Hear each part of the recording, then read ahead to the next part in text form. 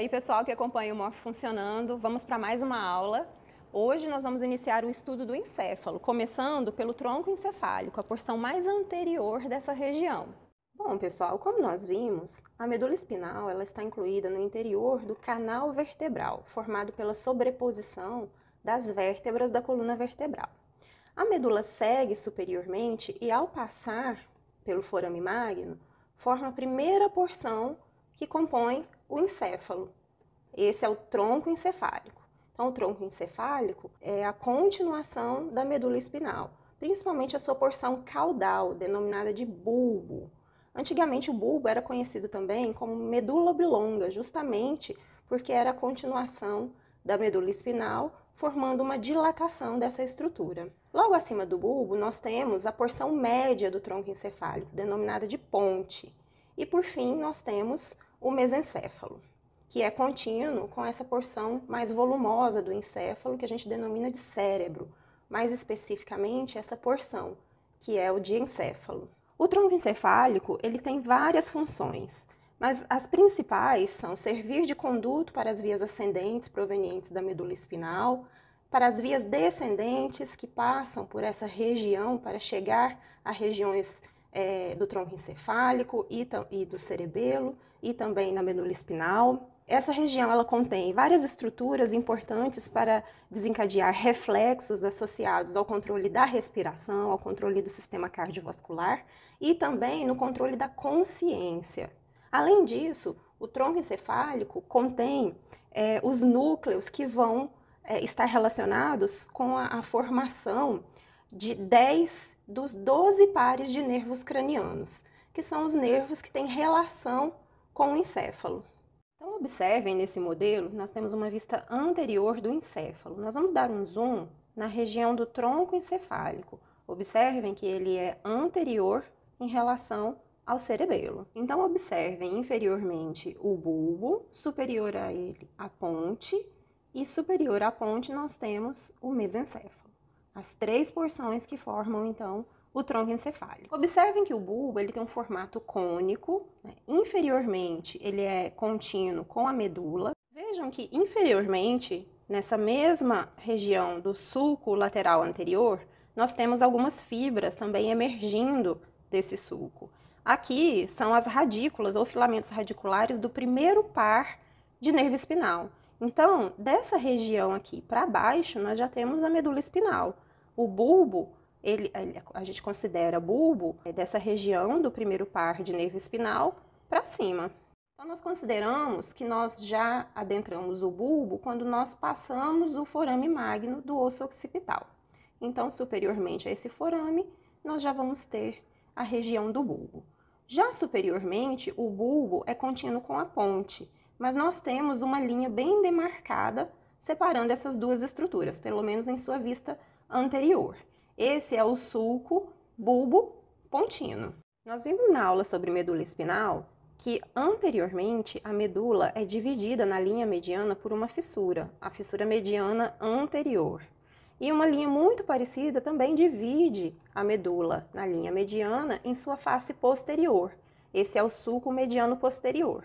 Nós vamos ver que muitas dessas linhas que realizam essas divisões na superfície da medula, mesmo os demais sulcos que são mais sutis, estarão presentes no bulbo, justamente porque o bulbo é considerado uma continuação da medula espinal. Então vejam que na face anterior do bulbo nós temos a presença da fissura mediana anterior. Nessa peça foi realizado um corte sagital mediano, passando por todo o encéfalo. Como a fissura mediana está ao longo da linha mediana, o corte passa por ela, por isso que nós temos essa abertura nessa peça. Mas a fissura mediana anterior, ela fica nessa região da linha mediana do bulbo. Ela é contínua inferiormente, então, com a face anterior da medula espinal, sobe ao longo da linha mediana do bulbo e termina nessa região, no sulco bulbo pontino. Nesse local, a fissura forma um orifício não tão fundo, que a gente não consegue visualizar nessa peça devido ao corte, e esse orifício ele tem o seu fundo fechado e por isso é denominado de forame cego. Ainda com relação à vista anterior do bulbo, De cada lado da fissura mediana anterior, em sua porção terminal, bem próxima à ponte, nós vamos encontrar duas elevações, ou seja, elevações bilaterais, uma de cada lado da fissura mediana anterior. Essas elevações são formadas pela passagem de fibras que estão descendo desde lá do córtex cerebral, mais especificamente do córtex motor, e quando chega nessa região do bulbo, que é uma região diminuta, né, menorzinha, elas se projetam anteriormente, formando estruturas em forma de pirâmides. Essas são as pirâmides do bulbo. E elas são formadas pelos tratos descendentes córtico-espinais que estão seguindo em direção à medula espinal. Essas fibras descendentes, quando chegam nessa região mais caudal do bulbo, a maior parte dessas fibras vão cruzar de um lado para o outro. Esse cruzamento, ele oblitera a fissura mediana anterior. Então, em peças anatômicas sem cortes medianos, a gente vai perceber que nessa região mais inferior aqui do bulbo, a fissura mediana anterior meio que desaparece e muitas vezes a gente consegue visualizar algumas linhas passando de um lado para o outro. Essa região é chamada de decussação das pirâmides, porque é formada pelo cruzamento das fibras provenientes lá das pirâmides. E esses neurônios, esses axônios que formam tanto as pirâmides como a decussação das pirâmides, seguem em direção ao corno anterior da medula. Se vocês lembrarem da aula sobre medula, o corno anterior contém neurônios motores que inervam os músculos esqueléticos. Então, essas estruturas, as pirâmides e a decussação das pirâmides, são os caminhos, as passagens das fibras dos tratos córtico-espinais que vão fazer sinapse com os neurônios motores da medula espinal, para promover o comando motor, a contração muscular. Lembrando que esse comando que passa pelas pirâmides e pela decussação, ele inicia lá no córtex motor, que nós vamos discutir na aula sobre cérebro. Então, pessoal, de cada lado dessa região onde nós encontramos as pirâmides, que seria uma região mais medial, então lateralmente a essa região, observem que nós temos um sulco bem sutil passando lateralmente a região das pirâmides. Esse sulco também é um sulco contínuo com a medula espinal, é o sulco lateral anterior. Observem que lateralmente a esse sulco nós temos uma elevação de forma mais oval. Essa elevação é a oliva do bulbo, também são elevações bilaterais, do lado de cá nós temos outra. Essa elevação é formada pelo agrupamento de corpos de neurônios, formando um núcleo bastante avantajado no interior da oliva. Esse núcleo é o núcleo olivar inferior e ele está relacionado com o controle do movimento. Há muito tempo, acreditava-se que os neurônios que formam o núcleo olivar inferior dessem origem a um trato chamado de olivo espinal, o trato que desce por meio do núcleo olivar inferior até a medula espinal, mais especificamente no funículo lateral. Entretanto, por meio de várias pesquisas, muitos anos se passaram e até hoje não se confirma a existência desse trato. Vejam que nessa porção superior relacionada ao sulco lateral anterior do bulbo, nós temos várias fibras emergindo dessa região entre a oliva do bulbo e a pirâmide. Essas fibras são formadas por axônios que saem do núcleo do nervo hipoglosso. Essas são as radículas que vão formar, então, o 12º par de nervo craniano, que é o nervo hipoglosso.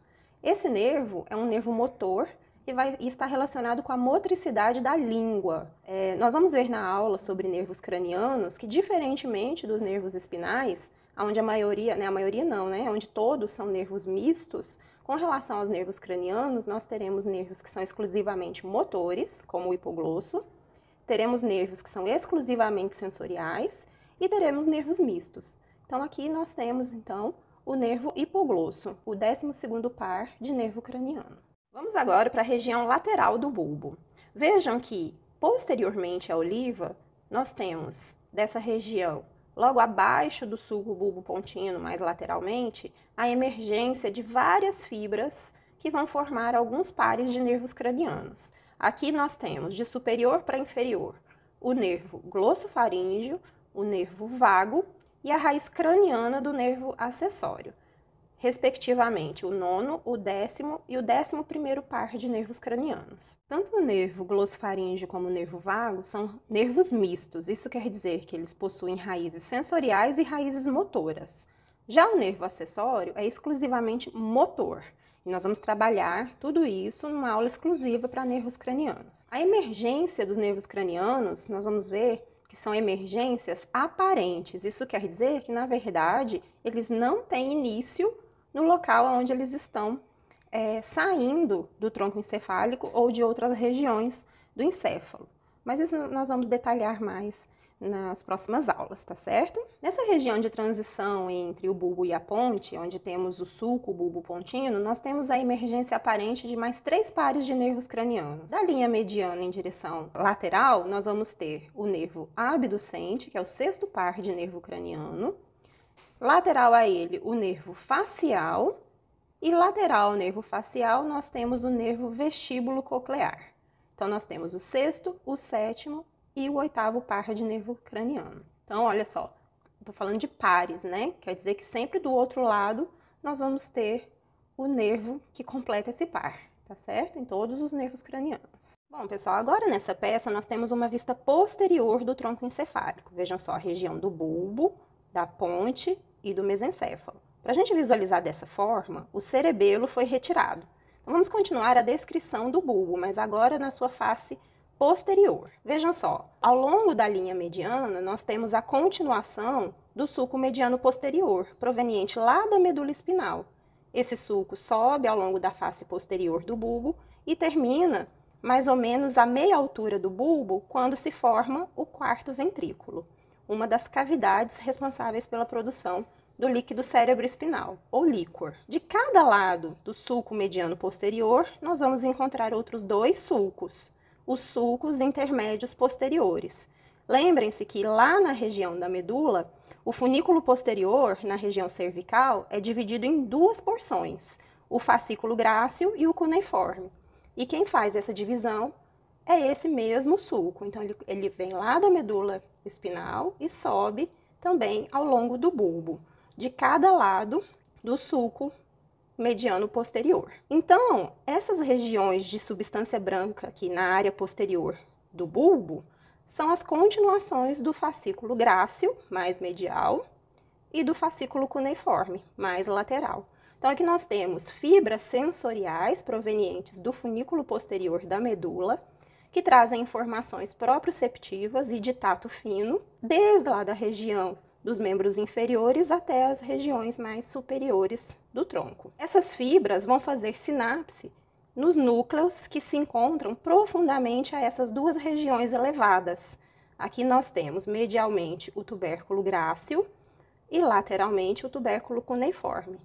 Essas elevações que formam esses tubérculos, se nós realizarmos cortes e visualizarmos ao microscópio, nós vamos ver que existe uma predominância de corpos de neurônios. Então, são núcleos. Então, no interior dos tubérculos, nós vamos encontrar o núcleo grácil e o núcleo cuneiforme. As fibras que estão subindo pelos fascículos grácil e cuneiforme vão fazer sinapse nessas regiões. Então, vejam, pessoal, que os limites dos fascículos cuneiformes, nessa face posterior do bulbo, é o sulco lateral posterior, por onde emergem aparentemente as fibras do nervo glossofaríngeo, vago e acessório. Essa face posterior do bulbo, nessa porção mais inferior, vejam que o bulbo é mais fechado, então ela também é conhecida como a área fechada do bulbo, ou porção fechada. Já quando se forma o 4º ventrículo, o bulbo passa a formar a sua área aberta. Então, o 4º ventrículo é uma região que forma, então, uma cavidade. Essa cavidade, ela é contínua inferiormente com o canal que atravessa a porção inferior do bulbo. Esse é o canal central do bulbo.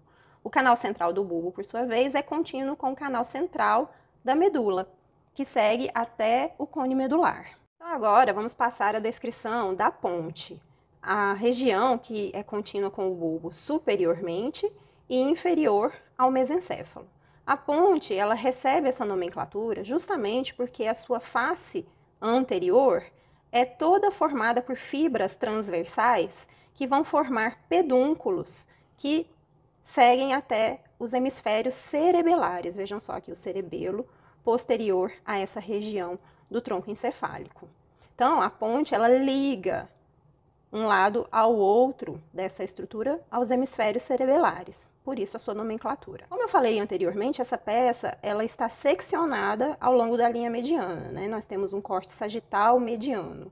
A ponte ela tem toda a sua face anterior fechada, então esse corte ele não existe.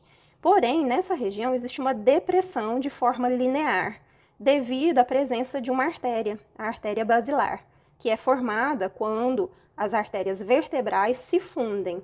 Essa artéria ela é muito importante para formar a maior parte da irrigação do encéfalo. Lateralmente, nós temos a emergência aparente do quinto nervo craniano, né? Não, quinto par de nervo craniano, nervo trigêmeo. Esse nervo é um nervo misto, está relacionado com a sensibilidade da região da face e também com a motricidade de vários músculos, como, por exemplo, os músculos da mastigação. A emergência aparente do nervo trigêmeo delimita a transição entre a face anterior da ponte e o início dessa estrutura formada pelas fibras que estão entrando no cerebelo. Essa estrutura é denominada de pedúnculo cerebelar médio. Então, como já foi dito anteriormente, existe um limite inferior entre o bulbo e a ponte, formado pelo sulco bulbo-pontino. Superiormente, o que separa a face anterior da ponte da região do mesencéfalo é o sulco pontino superior. Então vejam que agora nós temos novamente aquela peça mostrando a vista posterior do tronco encefálico, a região do bulbo, da ponte e do mesencéfalo. Se eu virar lateralmente, olha só, nós temos um corte sagital passando pelo pedúnculo cerebelar médio, formado por aquelas fibras transversais que formam a face anterior da ponte e vão em direção ao cerebelo, que foi retirado nessa peça. Vejam que a parte inferior do quarto ventrículo faz parte da face posterior do bulbo. Já a porção superior, né, a metade superior do quarto ventrículo, faz parte da ponte. Então, lembrando que o quarto ventrículo é uma cavidade, produz líquido cérebro-espinal. Inferiormente, ele vai ser contínuo com o canal central do bulbo e superiormente, ele vai ser contínuo com o aqueduto do mesencéfalo, ou aqueduto cerebral, que passa no interior do mesencéfalo. As porções laterais do quarto ventrículo são formadas também por fibras que entram e saem do cerebelo. Essa porção mais lateral aqui é o pedúnculo cerebelar inferior. Já a porção mais superior forma o pedúnculo cerebelar superior. Essas regiões, né, se unem para formar, então, os limites que dão esse formato losângico ao quarto ventrículo. E nas suas regiões laterais, onde se formam esses recessos, existem duas aberturas, uma de cada lado, que são as aberturas laterais do quarto ventrículo e que vão comunicar essa cavidade com o espaço subaracnoide. E aí, dessa forma, o líquido cérebro-espinal produzido no interior desse ventrículo extravasa e preenche o espaço subaracnoide ao redor do tecido encefálico e, consequentemente, medular, já que eles são contínuos um com o outro. Nós temos também uma abertura mediana, porém, como o cerebelo foi retirado nessa peça, a gente não consegue visualizar essa abertura. E ela tem a mesma função das aberturas laterais. As faces posteriores, tanto do bulbo quanto da ponte, que formam essa região do quarto ventrículo, formam o que a gente conhece como assoalho do quarto ventrículo, seria o chão dessa cavidade. Já o cerebelo, que foi retirado, vai formar o teto do quarto ventrículo. Nós temos também algumas fibras que partem dessas regiões, tanto superiores quanto inferiores do quarto ventrículo, em direção ao cerebelo, e vão formar o que a gente conhece como véu medular. Nós temos o véu medular superior e o véu medular inferior. Nesse outro modelo, nós temos agora um corte sagital mediano e a gente consegue visualizar, olha só, inferiormente o canal central da medula, que é contínuo com o canal central do bulbo, que se abre para formar o quarto ventrículo. Lembrando que a sua metade inferior, então, pertence ao bulbo e a metade superior pertence à ponte. Nós podemos observar também, olha só, a continuidade do quarto ventrículo com o aqueduto do mesencéfalo, que, por sua vez, se abre para formar superiormente o terceiro ventrículo. Nós vamos fazer uma aula especialmente para falar dos ventrículos cerebrais. Vejam também essa estrutura importante localizada no quarto ventrículo. Esse é o plexo corioide, a estrutura responsável pela produção do líquido cérebro-espinal. Vejam também nessa peça, pessoal, olha só, aqui nós temos a substância branca subindo, né, pela medula e pelo bulbo, e vejam que ela é contínua com essa substância branca que está indo em direção ao cerebelo, tanto inferiormente como superiormente. Aqui nós temos o véu medular inferior e o véu medular superior, que auxiliam juntamente com o cerebelo a formar o teto do quarto ventrículo. Do outro lado desse mesmo modelo, nós temos agora um corte sagital. Então vejam que é diferente do sagital mediano, né? O corte sagital, ele está ao lado do corte sagital mediano. E aqui esse corte passou ao longo do pedúnculo cerebelar médio, formado pelas fibras transversais da ponte e que seguem em direção ao cerebelo. Bom, terminando a ponte, nós temos agora o mesencéfalo, a porção mais cranial ou mais superior do tronco encefálico. Aqui nós temos um corte sagital mediano dessa região. Vejam que o aqueduto cerebral ou aqueduto do mesencéfalo, que é contínuo inferiormente com o quarto ventrículo, liga essa cavidade mais inferior ao terceiro ventrículo, lá no diencéfalo, que é contínuo superiormente com o mesencéfalo. Então, o mesencéfalo ele está localizado entre a ponte e o diencéfalo, que é uma das regiões do cérebro. O aqueduto cerebral, ele divide o mesencéfalo em duas porções. A porção mais anterior ou ventral, a gente denomina de pedúnculo cerebral, são estruturas bilaterais. Já a porção posterior forma o teto do mesencéfalo. Essa região posterior é formada por 4 estruturas arredondadas que são denominados de colículos e já nós vamos descrever. Alguns autores destacam que o limite superior entre mesencéfalo e diencéfalo é a presença da comissura posterior, que pertence ao diencéfalo, e o corpo mamilar, que também é uma estrutura proveniente dessa região. Então, se nós passarmos aqui um plano transversal na altura da comissura posterior e do corpo mamilar, abaixo desse plano nós temos o mesencéfalo. A região do pedúnculo cerebral ainda é subdividida em duas partes. A porção mais posterior é o tegmento, e nessa região há predomínio de corpos celulares, tanto formando núcleos, como formando uma rede bastante complexa de corpos celulares e de fibras que desce ao longo do mesencéfalo, da ponte e do bulbo para formar a substância reticular. Já anteriormente, há predomínio de fibras descendentes lá da região do córtex motor. Aqui nós temos as fibras dos tratos córtico-espinais, aquelas mesmas fibras que ao descer ao longo do tronco encefálico, passa pelo bulbo formando a região das pirâmides.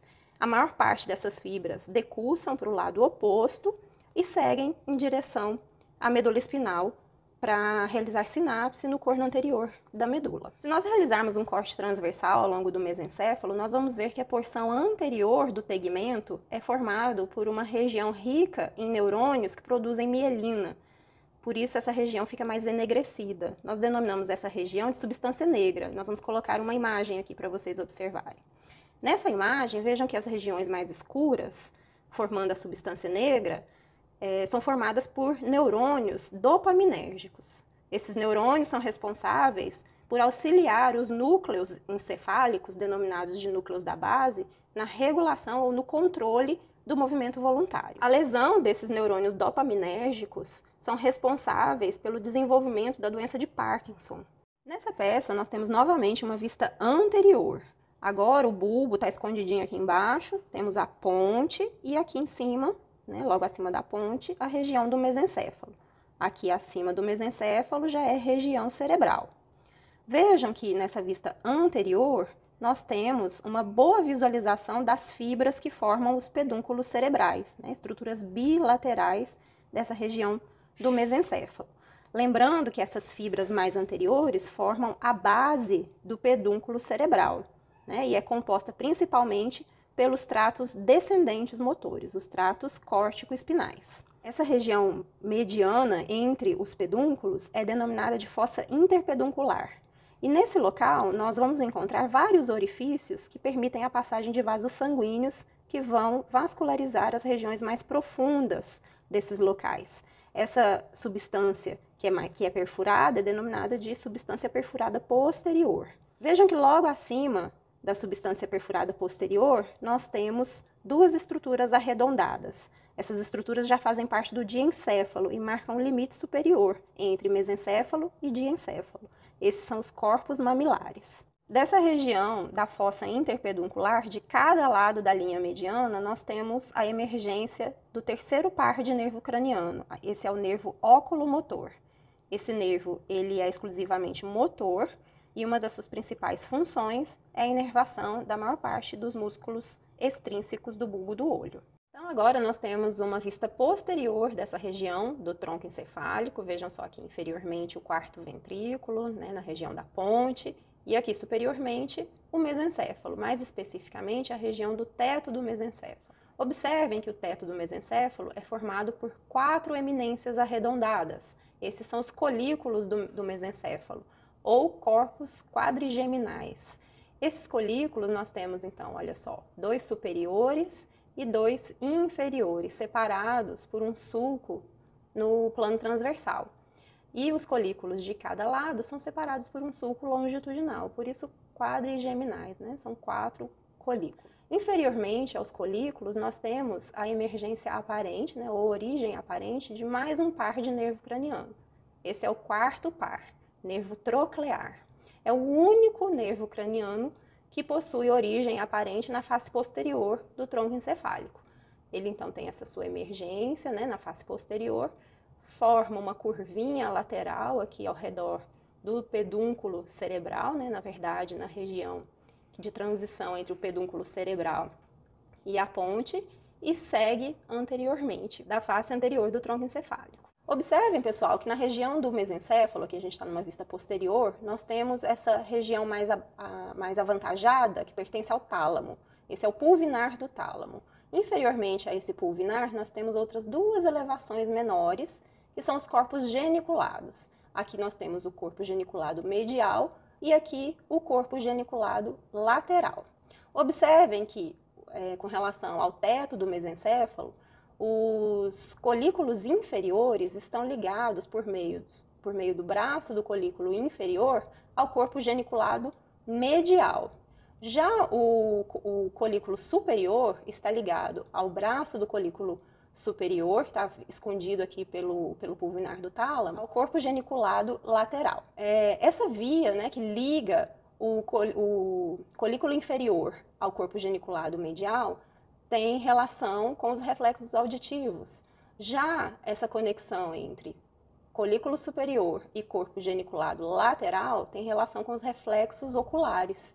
Então aqui nós temos estruturas que têm, de certa maneira, relação com a via da audição, no caso dos colículos inferiores, e a via da visão, com relação aos colículos superiores.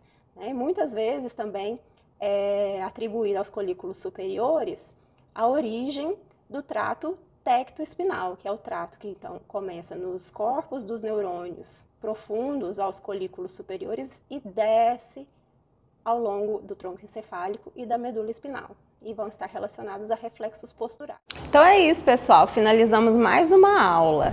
Não percam as próximas aulas, que é onde a gente vai estudar o restante do encéfalo, tá? Não esqueçam de visitar o nosso site, o nosso Instagram, clicar nos botõezinhos que vão aparecer aí e falar nos comentários quais são os assuntos que vocês gostariam que a gente gravasse.